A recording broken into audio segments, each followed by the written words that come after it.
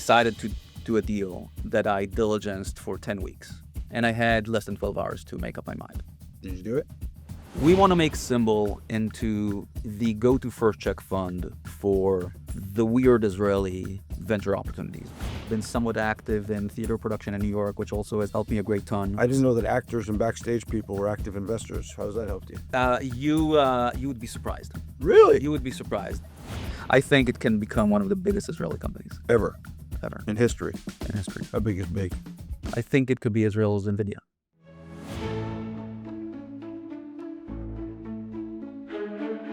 Welcome back to another episode of Invested. I'm thrilled to be here with Yuval Ariav of Symbol Capital. Welcome, Yuval. Thank you. Good to see you. We're continuing our custom of introducing Olive's competitors into the whole world so that they can pick up LPs and promote their portfolio companies. Now, Symbol is actually a great collaborator, and Yuval's been a great collaborator here in Israel. The venture system is still very collaborative. It's not as competitive as perhaps other places in the world. So it's great to have you. Yeah, and it's been great working with you guys. Yuval, I want to jump right in. And so in Olive, one of the things we always prided ourselves on was being non-consensus. And the firm is designed around non-consensus decision-making. You define Symbol's kind of ethos as pre-consensus. What does that mean? When you talk about consensus, you usually mean in the VC community, right? And for us, and for me, I think the best investments that I've made were investments that were non-consensus when they started. But then once they proved something or a couple of things that were very fundamental to business, everybody immediately understands them. And I think that stems from, if you think, kind of the average VC, how they think about what can be big, a lot of it is just looking at comps, right? They're looking at other companies that grew very, very big and say, okay, does this look like that? And I think a lot of, non-consensus, pre-consensus, and I think this is something we share, is trying to imagine what this could be, despite not necessarily having that comp to point to. But once the business proves something, then everybody can imagine it. So is this just a question of timing? Like, okay, at some point this will be consensus, but right now it's not. I think there are definitely things that, definitely pre-consensus investments that have to do with timing. But a lot of it, whether it's timing, whether it's timing the company makes, has to do with proving something that folks don't think that the company can prove, whether it's because of past kind of common knowledge, common wisdom in the VC community that was maybe true for companies that started in 2010, but does not yet hold now. And so you kind of need this refresher to the market of saying, oh, everybody thought that consumer fintech is X. But this was because a lot of folks today, they have the scars on their backs from companies that started maybe 7, 8, 9 years ago. But then for companies today, you say, well, I'm kind of diving into this and I have a thesis for why these lessons don't hold anymore. And so a lot of pre-consensus is the company you betting on a company that has enough 2-3 years to prove something that basically invalidates a lot of the common wisdom. And then once investors see see that, their imagination start coming, kind of resets, and they're thinking about what it could become. So Howard Marks is famous for his 4 quadrants, right? Which you can have a good investment and a bad investment. You never make money on the bad investment, but even on the good investment, you don't make money if you're in the consensus because it's priced in. Yeah. I think that's not the point you're trying to make. The point you're trying to make is, I think, is that people have frames of reference that are born of experience. And because their frames born of experience, they wouldn't understand that actually some of those things that may have been true 10 years ago or didn't work out 10 years ago, actually today could work out. Yeah. Is that pre-consensus? I think that's a big part of it. I think what follows from there, and this is kind of going back to the Howard Marks thing, is that in today's VC landscape, which I think is generally very, very bifurcated. What does that mean? I mean that as opposed to maybe 15 years ago where if you looked at players in VC, I'm talking very, very early stage. To me, it feels like there's 2 categories of VC now, which is a lot of it is like very obvious, momentum-driven, kind of very, very consensus stuff, where tons of pools of capital, it's like they're very legible for them, and they kind of, OpenAI, Anthropic. yes, but even in our own, market, I think there are very, classic central casting types of opportunities that Cyber. yeah. Okay. And then there's things that are not that, right? And I think one of the things that flows from pre-consensus is that the deals are largely they don't have the competitive dynamics, and more importantly, as a VC, I can tell you an anecdote that I think about 6 months ago or 9 months ago, and in the same week, um, I decided to do a deal that I diligenced for 10 weeks, which is not something you tend to do in Israel for like very hot deals. You don't have that time. And that deal was, kind of sub 10 million valuation. And at the same week, a friend of mine just raised his seed, 20 on an 80. And I had less than 12 hours to make up my mind. Did you do it? No, not What? because I don't think it's going to be an amazing investment. I think it is going to be an amazing investment, but that's not the model that I do. My model is super high conviction, higher ownership than what I would get putting in $500,000 into that kind of round. So pre-consensus in your mind then means it also gives you time to look at the deal and competition's not around because it's a really out there idea. That's a big part of it. It's not that it's not about the competition per se. It's about that I like to go in with, for lack of a better term, co-founder conviction. I want to feel that if I wasn't doing what I'm doing today, I would want to join these folks and to do what they're doing as a co-founder, right? I think that makes me a good partner for the long run. I think that helps you mitigate a lot of the kind of the risk and a lot of the friction that might arrive later on. And I'm a sole player, right? You're Yeah. we should say that you're a solo GP. We'll come back to that. I in a know, second. but also like I'm a sachkan neshama. I'm a sole player. Oh, right? soul, like Yeah. SOUL. Yes, Not correct, SOLE. correct. Right, you play from the heart. Exactly. Yeah. Um, Part of my job on this is to translate like Hebrew slang into English. That's really why. There's no reason I host a podcast. it's super Try important. to do a little cultural. It's like, hey, that's a English translation. Yeah. And so I think, and that's a big part of it. And I think for me, it's important to know the people. It's important to really get conviction on the market. I don't look at the product as much initially because, 9 times out of 10, the product you see when they pitch you is, maybe draft 1 of 5. What's actually gonna, we kind of talked about Giga earlier. That's a really good example of this. Yeah, we'll come back to that. So we'll come back to that. But let me ask you this. Yeah. So when you say you want to be the co-founder, what you I think basically says the way you make decisions is based on the team and not on anything else. Is that a fair comment? Not only. So first of all, just to put a finer point on it, I don't want to be the co-founder, right?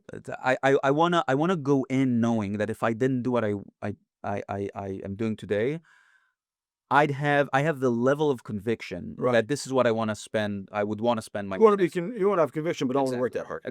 Exactly. So, that's why I'm a VC, right? I think the team is a big part of it, but also the market opportunity is a big part of it, right? Because you want to know that where you're working with these folks, you do something that's actually going to be meaningful, both in terms of impact and financially, and you want to make sure that you're spending your time on the right things. So you're a solo GP, correct? Correct. Okay. How big is the fund? So our fund 1 was 50. Our fund 2, we're just raising it now. It's probably going to end up being 75. 75 million. Yeah. Why is that the right size? So one of the things you mentioned earlier was like this: the venture market's bifurcated, Correct. which I kind of agree with.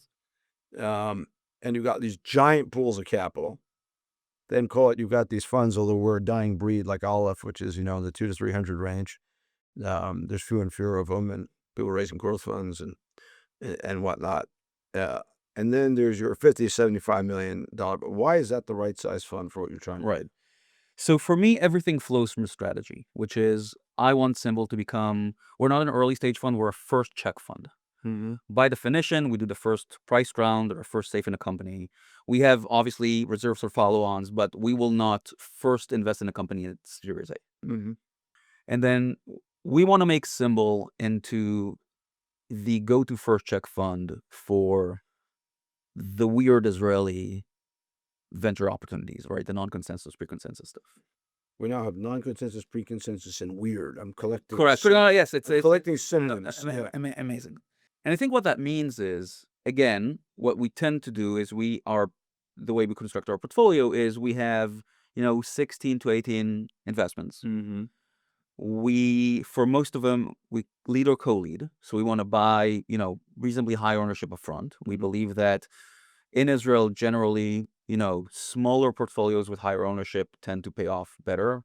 We can talk about why that is. And so if you look at the type of deal that we do at pre-seed and seed, if you look at the checks we want to write, if you look at the valuations that are in the market and the ownership targets, it comes out to about, an average, let's say, $2 million on average, or an initial check. Mm-hmm. Factor in, X percent of reserves, you come up to about these numbers. So in Fund 1, our average ownership at entry was, we targeted 15%, ended up being 16%. Fund 2, the reason why it's larger, it's probably going to be maybe 2 more investments, and we want to up the 15 to about 20. Mm-hmm. That comes out to about 75. You're not changing the check size. I think check sizes are going to be slightly larger. Mm-hmm. I can tell you in Fund 1, there were investments that we've made that we led. We didn't co-lead, we led. Mm-hmm. But then because we didn't want to put in large enough checks up front, we put maybe our cap was like 3.5, right? Million, but the round maybe was 5. I would have wanted to put 4.5 if I could, right? And so I think the average is actually going to increase by a bit, and the size of the portfolio is going to increase. You're moving up. Soon enough, you'll have a growth fund. Exact tomorrow. Yes. Why is the fund called Symbol? So in line with the strategy, it's based on a lot of things. Part of it is what I was looking at a fund name is I wanted a name that was working in English and in Hebrew. Mm-hmm. I wanted a name that can stand by itself. It doesn't have to be Symbol Ventures, or it can be just that name, kind of like Aleph. I wanted a name where the domain was there, and then I wanted Symbol.vc. I actually almost got the .com. There was a very, very interesting domain negotiation story we can go into. No, do it right now. All right. So I really wanted to buy Symbol.com. Apparently, it's one of the first 50 domains ever to be written in the world, which added about $1.5 million to the asking price. However, that's over 1 year's management fee. However, I actually almost got it for $10,000. So I did a whole history dissertation on this domain. So it was initially registered by a British company that did fast barcode scanner. That company was acquired by a company called Zebra, which is still up until this day. And that company sold its IP portfolio to Motorola. And so when I did this is archaeology, not history. Geology of internet geology. And so when I finished all of this, I figured out who is the IP portfolio manager within Motorola who owns this, and I wrote him directly, and we started negotiating. And we kind of started throwing numbers. It was like, maybe it's 20, maybe it's 10. And I did not believe that I was going to make this deal. It was like, because I knew today if you look at how much its value, it's like $2.5 million. And then he went cold on me, or she went cold on me. And apparently at some point she wrote me back saying something like, "Oh, we decided to reevaluate our assets, and we're not in a position to sell this now, unfortunately." I would discover it's worth more than the clamshell. Exactly.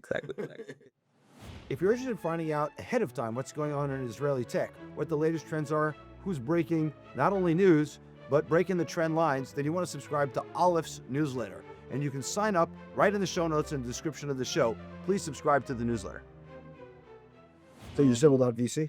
It's Symbol.vc. Yeah, okay. And so the reason why I went with Symbol, besides all the things I said, is based on a very kind of very personal story. I didn't grow up in Israel. I grew up in Brazil and in Spain. In Spain, I grew up in an international school. And when I was, I think, in 10th grade, maybe 9th grade, one of the things they taught us in every class was critical thinking. which I wish they would do more of today in school. Yeah, Spain. I was going to say Spain's not very good at critical thinking. Yeah, So but this on a was political level, this was actually the reason why I found myself in that school, because it was not a Spanish education system. But one day she gave us homework and she said, uh, "Your homework is to write a critical thinking essay. Mm-hmm. Pick one truth that everybody believes, and write an essay convincing us why that's not the truth." Mm-hmm. Um, and the truth that I picked at the time was that the wheel was the greatest invention in the history of humanity. Mm. And I said that I thought that was actually not true. I thought what was true is that symbols were the greatest invention. So that ability not just to memorialize knowledge, but the ability to take something that's a very abstract, maybe complicated concept and denote it in a way that streamlines communication and compresses it, I thought was a very big thing.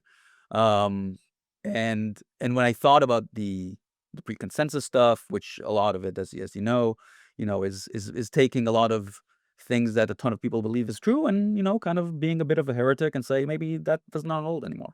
That felt like a very apt name. Before we come back to your Yeah. portfolio, I need to ask you. You're also a professor at Columbia. Correct. How do you juggle being a professor and being a venture capitalist? And by the way, aren't those two very different skills? The only guy I think I know who was like a professor for real and a venture capitalist was Felda Hardiman at Bessemer. Andy Ratcliffe went off and did it afterwards when he was finished a benchmark. Obviously, people have taught along the way classes, but I think they're almost a full-time professor. The only one I can remember is Felda Hardiman. Interesting. So first off, I'm not a full-time professor. Mm-hmm. So the way I do it today, this is actually going to be my 11th year teaching, is I teach once, sometimes twice a year. And I teach what's called Term A at Columbia, which means that instead of teaching one academic hour a week for 12 weeks, we teach twice back to back for 6 weeks. And so what I will usually do is I will move to New York for 6 to 8 weeks, but that will happen once, maybe twice a year. I'm very passionate about what I teach, and I think it informs a lot of my investment decisions. Can go into that soon. And basically, I teach the way in which the spread of data and AI and technology changes the way both traditional industries but also societies behave, Mm-hmm. which I think obviously when you're trying to underwrite something decade in advance, 2 decades in advance, that helps. But moreover, I'm putting conveniently the Israeli part of it, which we'll get to in a minute, to the side. Um, the Columbia experience has allowed me to introduce a ton of mutations into my network that I would never have done otherwise. Give us an example. Just as an example, out of my $50 million fund one, $9 million came from investor management, family offices, and other investors that my students went to work at later. Huh. One of my You're educating the cutter of LPs. exactly, and you know what? It's not even what I aim to do. But Is there any correlation between the grades you give them and the fact they invest in the fund? And of course, that's how I have the grading curve. Yeah. I'll give you another example. I think in my first or second year teaching, one of my students is now the guy who manages all of the financial services groups for all of the Amazon vendors at Amazon. Right? I invest a ton in financial services in general, and also for supply chain. Mhm. Obviously, a very good contact. I can go on and on, but my obviously, being a VC and being any type of businessman today is a very networked endeavor. Sure. Right? And I feel like when you're here in Israel, the people you'll be able to network into are largely the people that Israelis will be able to network into, right? Yeah. Because you're getting those intros from Israelis. And so I'm always looking for opportunities to what I call introduce mutations into my network. Mm. So trying to get to people at random, or to places where I will meet people in random, just expand my network into places I've never been to. Where other places do you randomly meet people other than Columbia University?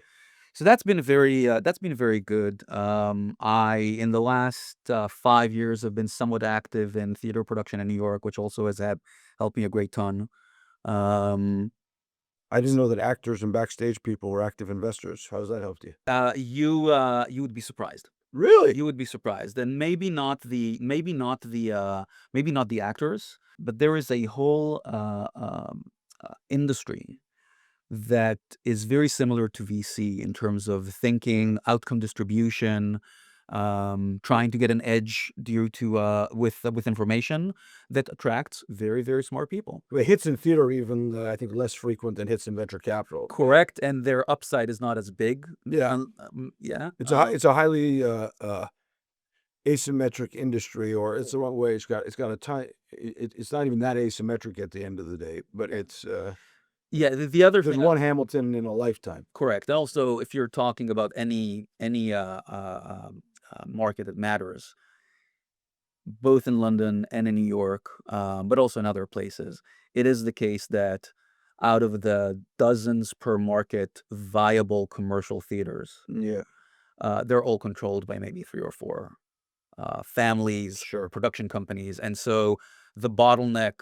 They have a lot of pricing power. So, who's the most interesting person you met in theater that was helpful to your venture career?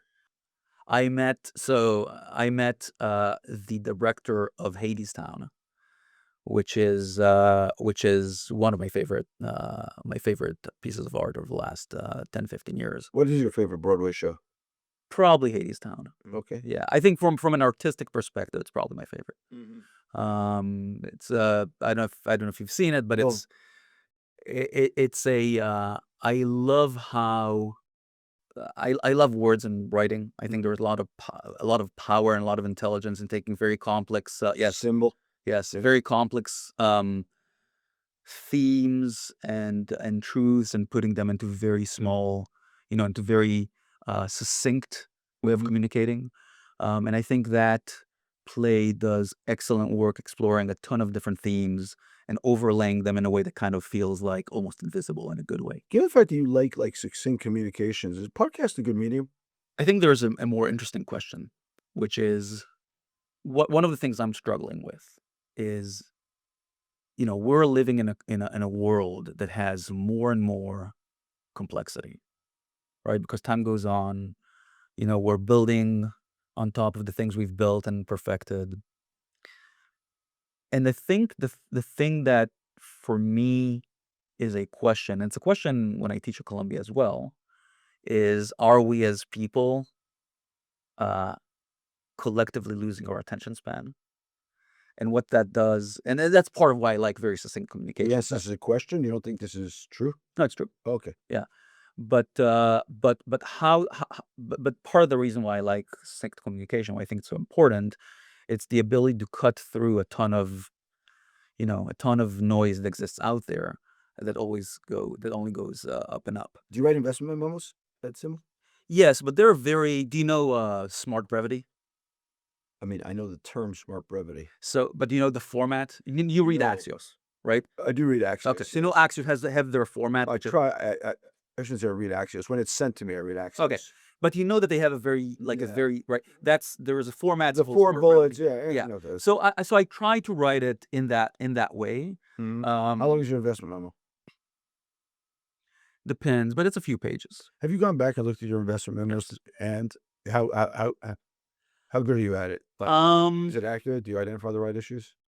For the large parts, I think my mistakes were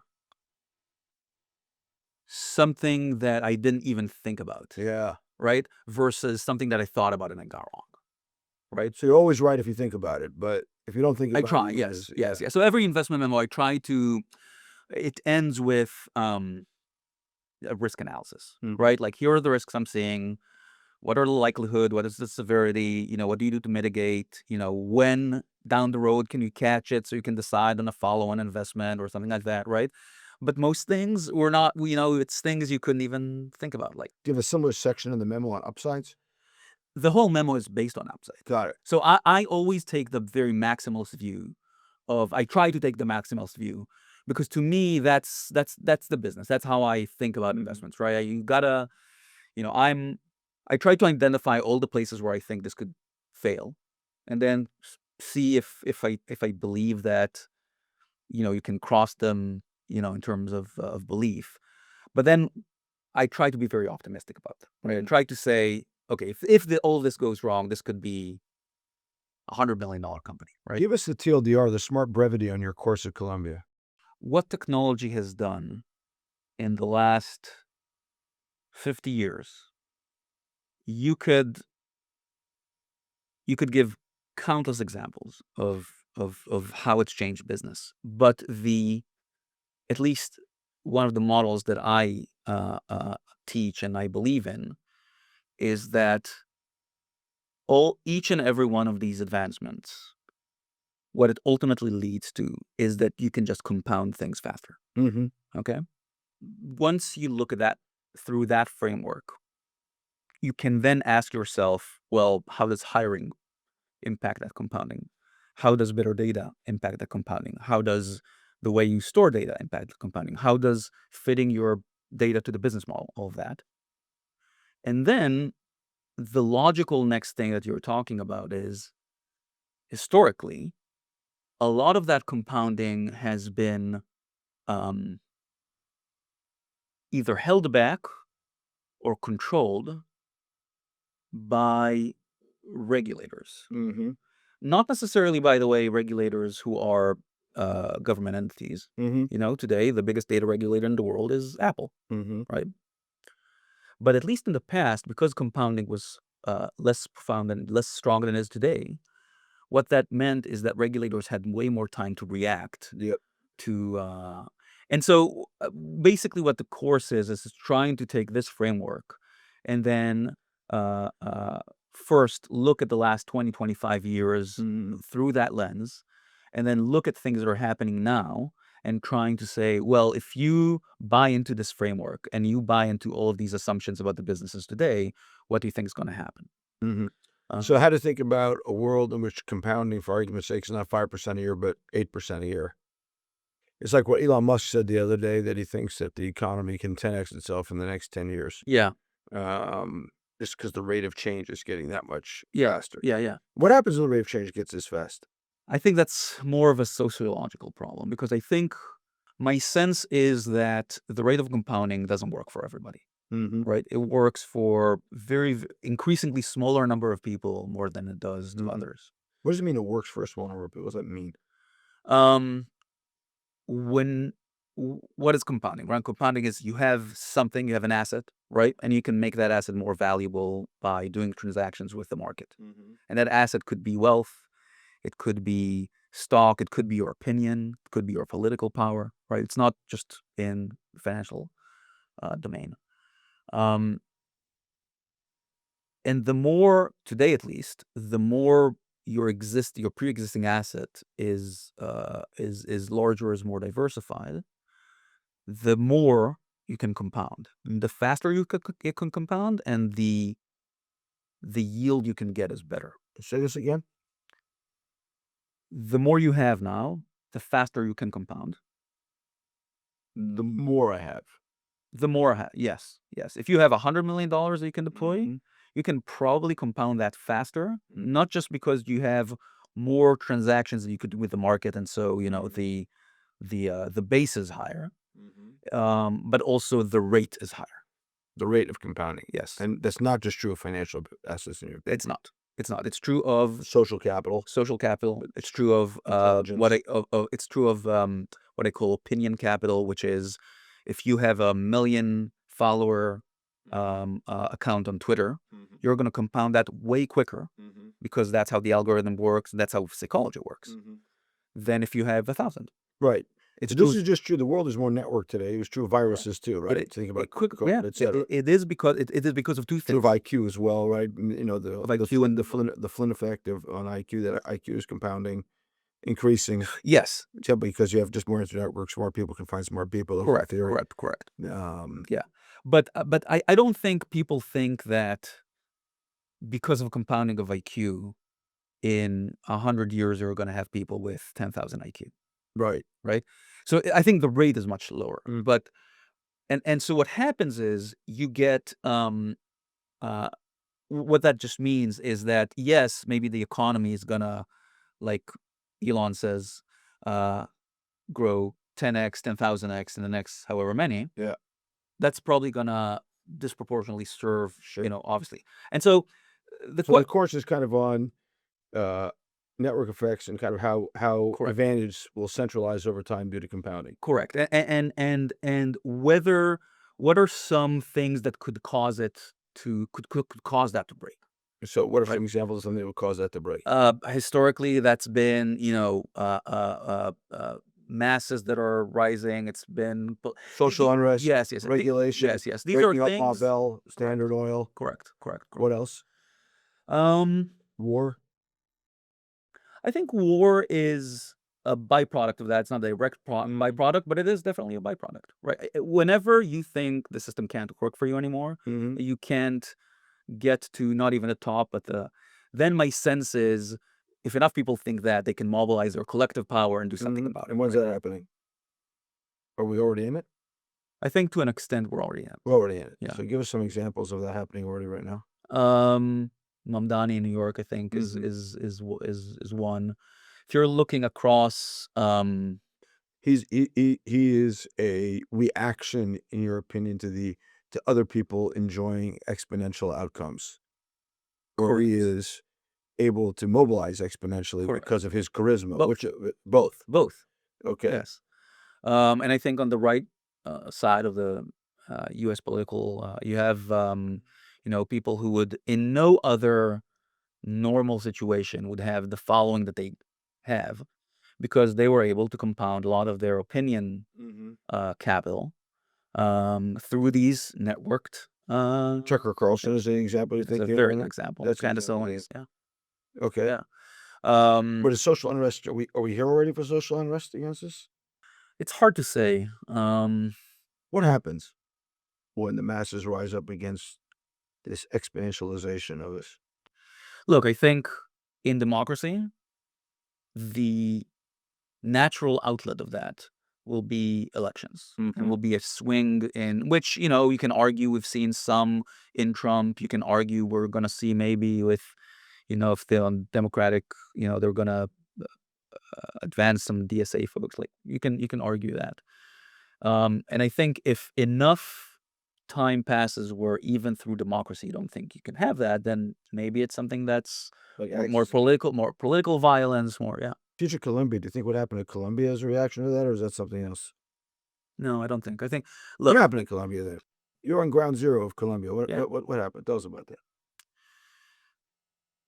So I about a year ago, I remembered that I never watched The Sopranos, and I started watching it. I didn't remember. I didn't watch The Sopranos because it's not something I ever wanted to remember. Yeah, I didn't. I haven't watched I had like a list Sopranos. of shows that I wanted to watch, or like really good shows, Mm-hmm. and I kind of went through the list, and You binge watched The I've Sopranos. been watching The Sopranos. Okay. There is an episode called Columbus Day, Mm-hmm. which and this episode aired in mid 1999. Okay. Okay, where 27 years ago. yes, where his daughter goes to Colombia, and she comes back, and they talk about Columbus Day, and she tells them she doesn't want to call it Columbus Day; it's Indigenous People Day. And they get into a ton of discussion about how Columbus killed the indigenous, and he was a colonizer. And you could see things that are being said today that have existed, back then, 27 years ago. And so I think, and Colombia has always been, I think, kind of like on the very extreme of Yeah. uh, of uh, of uh, um, social movements. Yeah. I think fundamentally what happened at Colombia, and I'm not one of these folks who say we lost the U.S. campuses because we've lost the We meaning we the Israel. Israelis, Yeah, right? or Jews. Because look, we lost the Ivy Leagues, right? But I have people that I work with in the U.S. whose kids go to universities in Texas, and then Vanderbilt. yeah, Yeah. and they either between the campus doesn't care, Mm-hmm. or they're slightly pro Israel. But I gotta tell you, even at Columbia, right? If you look at the if I'm not mistaken, the distribution of political opinion at Columbia is Yeah. roughly, um, it's roughly, I think, 65% liberal, Mm-hmm. non-progressive, Mm-hmm. liberal, Mm-hmm. Clinton Democrat Mm-hmm. type, um, 20% conservative, and 15% progressive, Mm-hmm. right? You wouldn't know it from what you read about Colombia, right? I teach at the business school. Yeah. Most people are, but the problem Actually, is, if I all 20% of the conservatives are probably at the business school and the science and the STEM. correct. The liberal arts is filled. Yeah, with it. correct. Although a ton of the folks at a business school are first generation. They're not necessarily conservative. Yeah. The folks who are second, third, or kind of U.S. U.S. forever. Yeah, you're right. But a ton of them are not. So what happened in Colombia? Like you were there. I think it's a combination of I would say neglect of the academic duty. What does that mean? For me, I think a lot of the responsibility for what the academy needs to do Mm-hmm. is teach people how to think, right? And I don't think you can teach people how to think without repeatedly showing them uh, competing views Mm-hmm. and training them on how to think critically Mm-hmm. and how to change your opinion Mm-hmm. and how to steelman yourself. Mm-hmm. And generally speaking, I don't think it's not all of the academia. I think in these schools, which are largely social sciences, that They became communist or socialist indoctrination systems instead of free thinking institutions. even if not that, the fact that even if you don't have a professor that actively preaches Mm-hmm. a specific viewpoint every time, Mhm. every class, Mhm. the fact that you're selecting a very narrow subset of reading materials, Yeah. the fact that the course reacts to only a very narrow subset of recent historical events, Mhm. that matters, Why right? do you think this happened? As I said, I think generally speaking, the university has lost that Yeah, kind no of leadership. that ethos. I think a big part of it is in terms of who you picked for tenure Mhm. and how you picked them for tenure. Mhm. Um, and I think kind of like this, I think happened in academia sooner than it happened in or earlier than it happened in media and news media. People donned an activist costume. They went into an activist persona, right? And they prioritize that persona over their let's call it professional That's interesting. reason for being. Why would they do that? Because I think that gives you more identity, and I Because think people needed identity? yeah, Why are they so lost? I think generally in the West we've somehow. So I'll tell you in the past, largely because I think when we were as a society, our view to the world was more editorialized through a very small number of media outlets. Mhm. Um, you had tastemakers, which generally could nudge us into identity, Mhm. and I think part of that is the sense of the importance of community. Part of that is in the things that you read and saw, there was an echo of the general values of society. Mhm. You were holding people in power and in business and government to account over these values. Mhm. Um, and I think a big part of that was lost when we decided that we don't want any middlemen. Mhm. Um, for me, at least, and this has some guest appearance on my course when we talk about uh, kind of data and people segmentation and what that's doing. Identity is. Yeah, I'm not going to say anything that's too novel here, but obviously identity corresponds to what we feel about what we feel is good or evil, right? Mhm. Because identity is values and ton of value. Not all of them, but a lot of them have a moral dimension to them, Mhm. right? But I think the opposite is also true, which is when our identity is weak, either our community identity or Mhm. national identity or whatever, sometimes perceived evil can very easily hijack our identity. Mhm. And I think to your question earlier, I think that is a lot of what's going on. That's definitely what's going on today Mhm. with the younger generations, right? I think in Israel, I wouldn't say we're immune from it, but the fact that we are living in a very tough neighborhood Mhm. and that our history has been, Israeli society is on the very, very low, low bottom rung of the Maslow's pyramid of needs. And I think that grounds you in identity. It grounds you in an actual reason for living. And I think, I keep telling people, I think if you're my age, right, or if you're, let's say, 10 years younger than me, or in your 30s in the U.S., you probably don't you were probably not terribly scarred by 9/11, right? And so you kind of lived your life not really understanding that there is, real evil in the world. And I think what that does over time, especially with what's happening with social media today, to one's sense of identity, it causes it to fracture, sorry. Um, and then you get, culture wars, you get identity politics, you get all that. I was thinking earlier this week, we're talking now as the talks are going on between Iran and the United States and Lucerne. So on Saturday Shabbat, I was sitting around in my house and I was thinking about this topic, literally. I was asking myself, growing up in New York, what were the incidents that seared some of my conscience? And one of them was um, the marching of 51, I think it was, American employees of the embassy out blindfolded. I remember In 1979. 1979 out of the U.S. Embassy in Iran. And I think as an American, that was a humiliating scene. And then I think about, like, a year later, the United States winning the Olympic hockey game against, all odds of Russia, the miracle team. And that was also a searing event, but it was in context of Ronald Reagan fighting the Russians and Ayatollah Khomeini, these evil Iranians marching out American civilians, blindfolded. And those are searing events, but nobody today remembers these things. And 9/11 obviously is another one for Americans. But your point in Israel, I don't think we have that confusion. Do you remember as a kid when you saw that on TV or read the news? Do you remember the channel you watched? Do you remember the network you watched it on?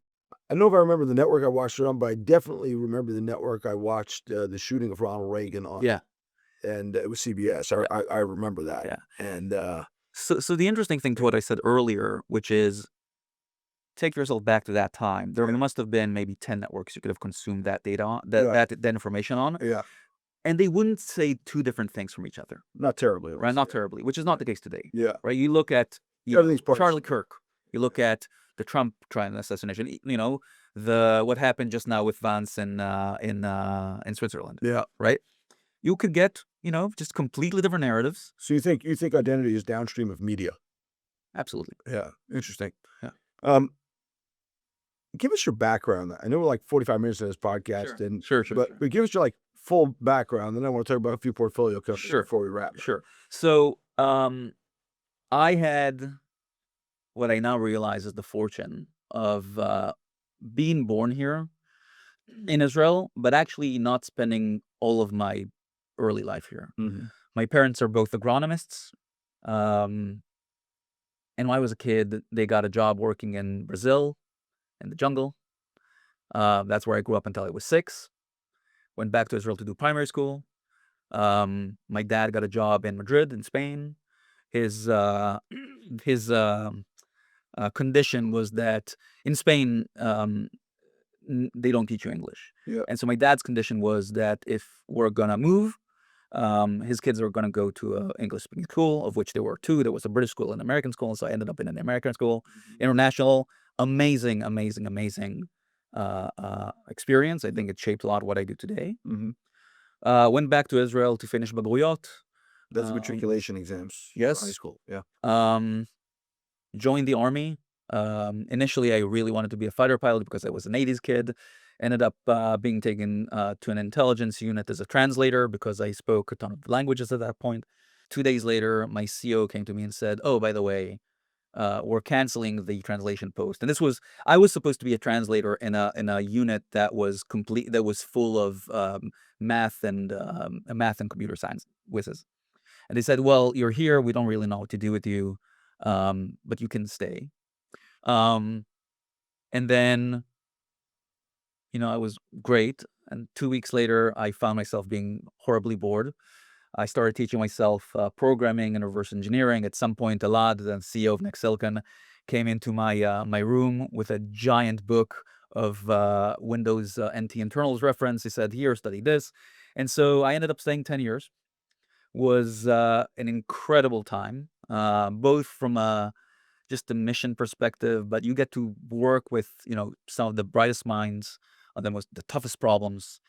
Um, it was until today the most intellectually exhilarating time of my life. Um, Left the service at 27, joined up a couple of friends who started Onavo, which was a mobile data analytics company. One of the first one was started as a B2C company. Then ended up being hybrid B2B, B2C. Ran product engineering there for a while. Left before the acquisition. Started Fundbox. The acquisition by Facebook. By Facebook, yes. Many people say that's how Facebook figured out how to get in the App Store. We should say that also. I won't ask you. Yes, yes. So we so it's funny because when I started teaching at Columbia, which was 2016, I taught fall semesters, which started at September. And like clockwork, for like 5 years straight, every last week of August, the Wall Street Journal did an expose on Facebook and Onavo and some other thing that did, and which was a great segue into it was incredible. Um, then I started Fundbox, which was a very, very fast growing Israeli fintech company, still private, break even, kind of doing quite well. Ran product engineering for both these companies. Also ran marketing for Fundbox. Basically, invented our team invented embedded finance in 2014, where we took the Fundbox product and sold it as an API into its QuickBooks, just an integration that's live until today. And then in the last 8 years, I've been investing. I started as an angel investor and as a general partner in a fund called Lionbird. And then 5 years ago, we set up Symbol. So you mentioned it a lot from NextSilicon. So let's talk about a couple of portfolio companies. So why'd you invest in Next? First of all, a lot was on the podcast. Yeah. So why'd you invest in NextSilicon? What about it is pre-consensus? All right. So NextSilicon was an interesting investment. So originally, Elad asked me to be the CEO of the company and to be his co-founder. There you go again. What? It's that co-founder thing.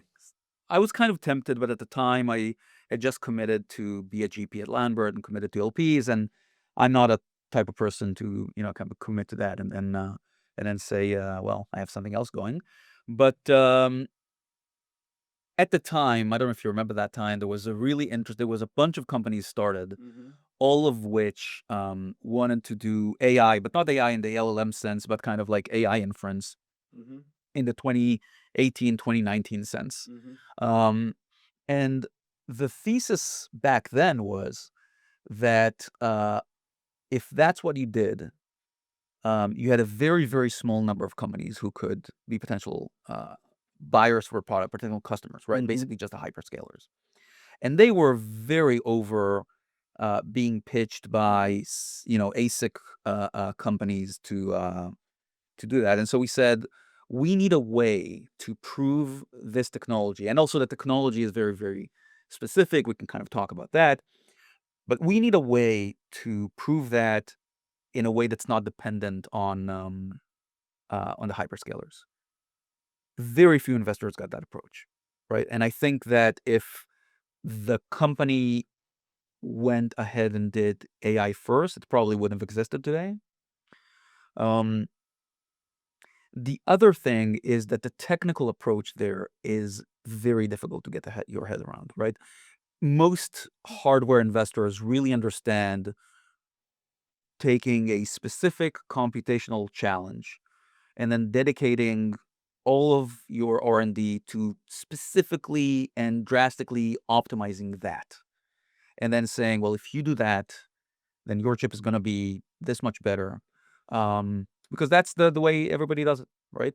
The NextSilicon architecture is something that no other, to my knowledge, besides maybe one startup is doing. And so that was also so the risk that investors took wasn't just a strategy risk, it was also a technical risk. And I think once kind of a rough circuit of Series A, which is when Aleph invested, when we built the simulator, and it was slightly de-risk the tech, then everybody started to get it. Elad said I should ask you, by the way, Why did you turn down his offer to be the CEO? Like, what were you thinking? Yeah. To be honest, I think that if I hadn't turned him down, I think it's hard for me to imagine doing a better job than him.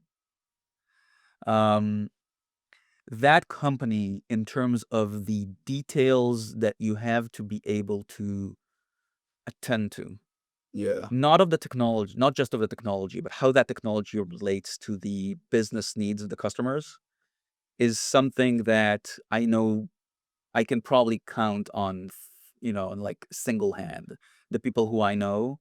And I've worked with some very, very clever people who will be able to contain all of that complexity and mobilize a team of hundreds of people around. Dan Loeb is also an investor in the company. He wrote to me like a week ago. He thinks this could become the next Cerebras. Do you agree? Yes. I think it can become one of the biggest Israeli companies Ever ever in history. in history. How big is big? I think it could be Israel's NVIDIA. What's exponential about it?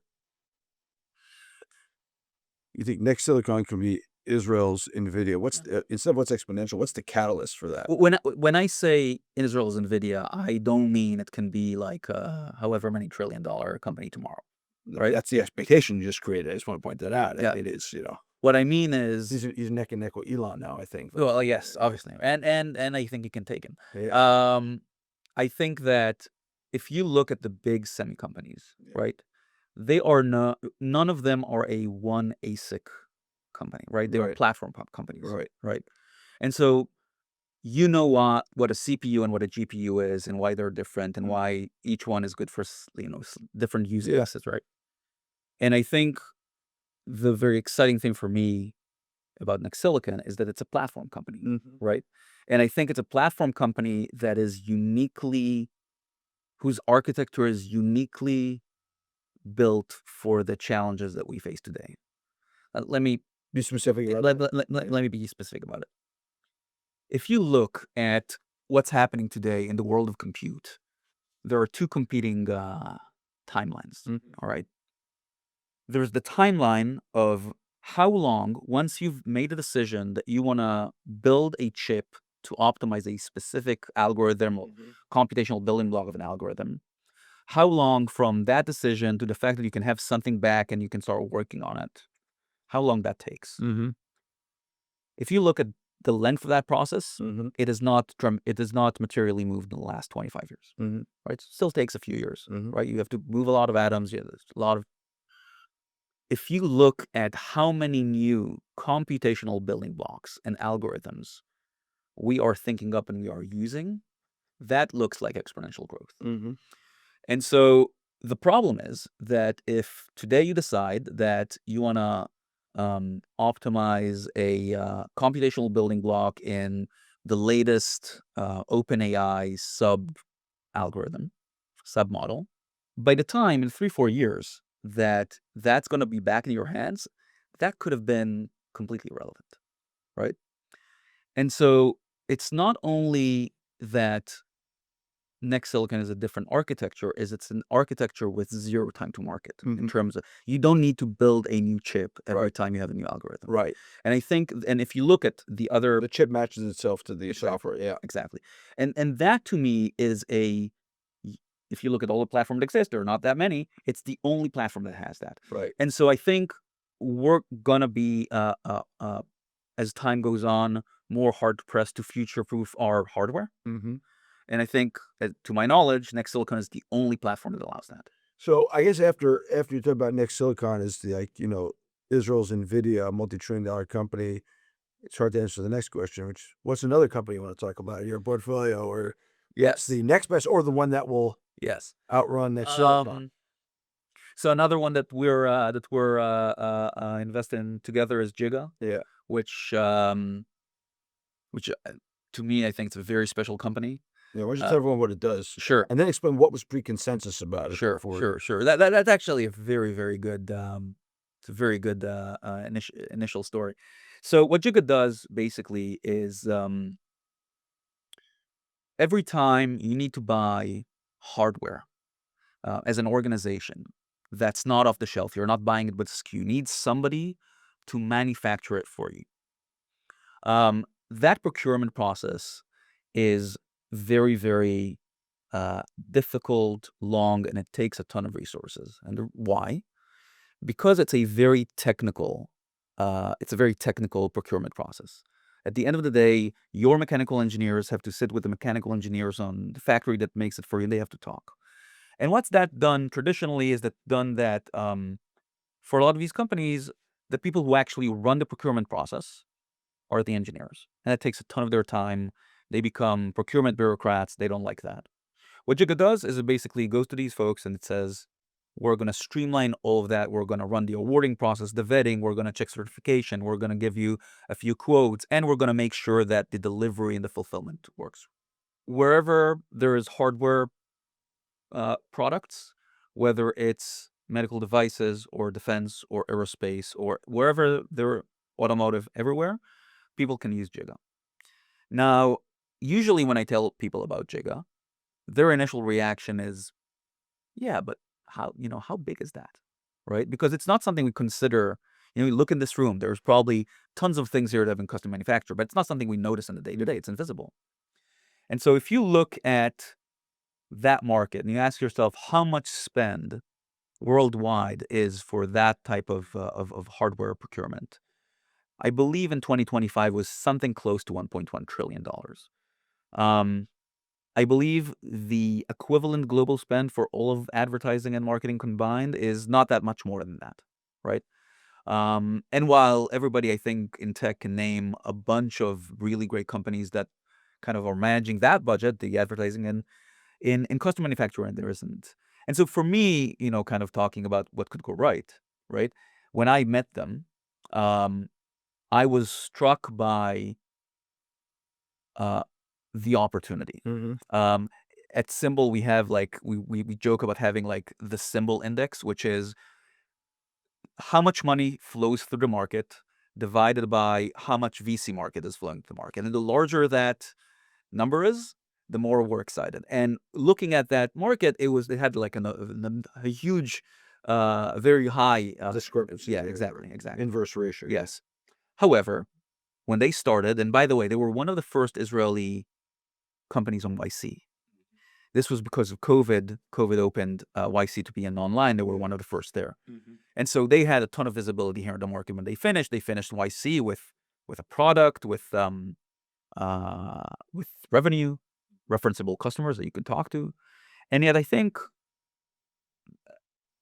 both because the market is very niche, and so if you want to diligence it, you have to do a lot of work, and it feels small, but also because it's so far removed from the Israeli mainstream. Yeah.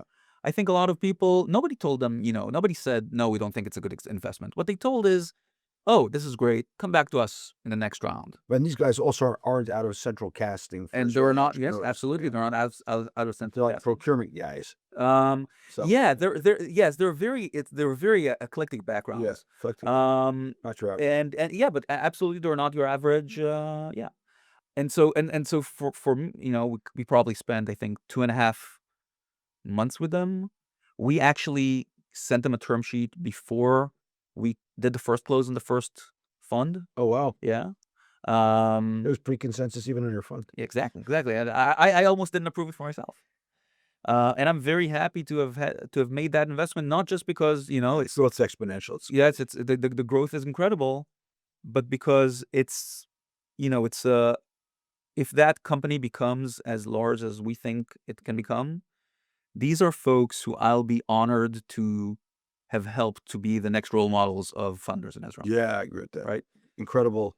It's incredible people. Salt of the earth. Yeah. Resilience, smarts, humble in the right way, but not, kind of downplaying themselves. Amazing. So, yeah. Final question for you. Yeah. Who's somebody that should get some more attention around us that's not getting enough that you want to give a shout out to? Ooh. Anyone in the ecosystem? Anyone you want. I have one in mind, but I think she'll kill me for. Don't hesitate. Yeah.